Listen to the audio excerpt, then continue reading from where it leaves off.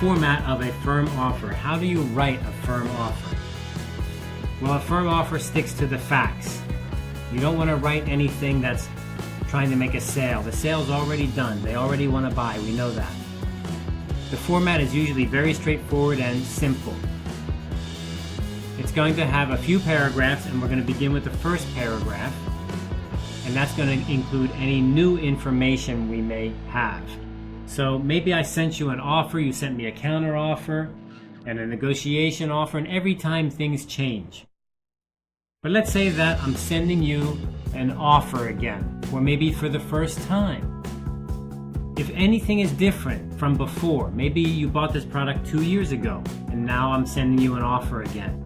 But maybe the product color has changed. Maybe the product size has changed. Maybe something has changed. I write that in the first paragraph to remind you about that.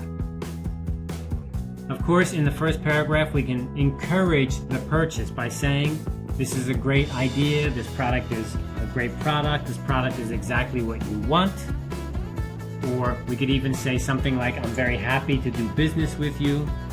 So being positive, not a lot, just one sentence is enough. A positive attitude, positive about the product and service, positive about the relationship, that's always helpful in this kind of letter. Let's look at a couple real examples. So here in example 1, we begin with our new line of neon thermos bottles. Thermos bottles, of course, keeps hot water hot and cold water cold. Has won first place at the annual Home Design Awards in Seoul, Korea. Simultaneously, popularity of this fashion product has soared in local markets. So these are two short and simple sentences. The first sentence is telling about an award. The product has won an award. That's very good. And the second sentence is talking about this product is popular. It's popular. So those are two pieces of new information. It's very clear, it's very simple, it's very easy to write. You don't want to write too much because the key point of this letter is in the next paragraph, not in the first paragraph. Okay, let's look at another example of a first paragraph. We appreciate your inquiry of June 10, that's a date, concerning information about our raincoats. Our classic line is made up of 5 distinct styles, all priced the same. So here this date, what is this date from? This date must be the inquiry letter.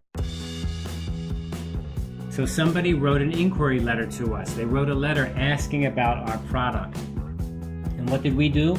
We're sending an offer. Now, people often get confused about this date here. This date is June 10. What date is that? Well, focus with me for a moment because this is easy to get mixed up. Here is the email. And this email is the inquiry email. An inquiry is asking a question. So this letter is from a person. And this person is maybe going to become a buyer. And they send this letter to me. Here I am. And what am I? I'm the seller. So this inquiry comes to me and they ask a question inside. They say, tell me about your raincoats. Tell me about your product. And inside this letter, there's going to be something right about here. And what is that? That's going to be the date line. And that date line there, what does it say? It says June 10. Now when I open the letter, here I am, I'm opening it. I'm so happy to read your letter. What day is this? Maybe this is June 20. Maybe it took that long to get to me, or maybe I'm very busy. I didn't read it until 10 days later. I don't know. But this date I reference, this date is the same as the date in the letter you sent me. It's very important to remember this. So when you're writing a letter back to someone, like a letter of response, or in this case an offer, or when you're going to write a counteroffer, you include the date. The date comes from the date line of the letter that came to you.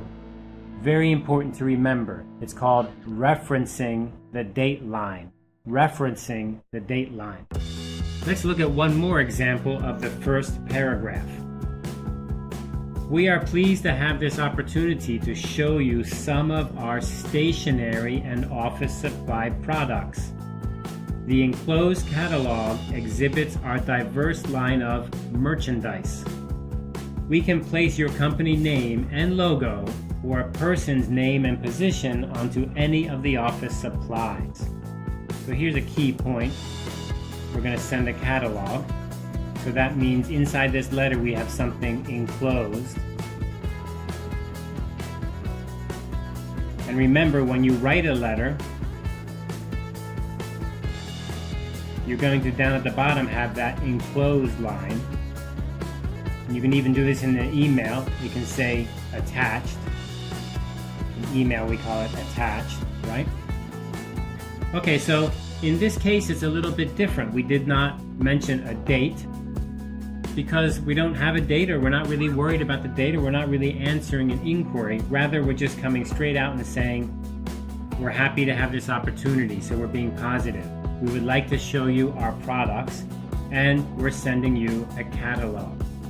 So you don't always have to describe the prices inside the letter. That would take up a lot of time. Maybe it's easier just to say enclosed is our price list. Or sometimes you can say our quotation list. Or sometimes you can just say our catalog. And this makes it easy. Just put that inside there, attach it to your email, and send it.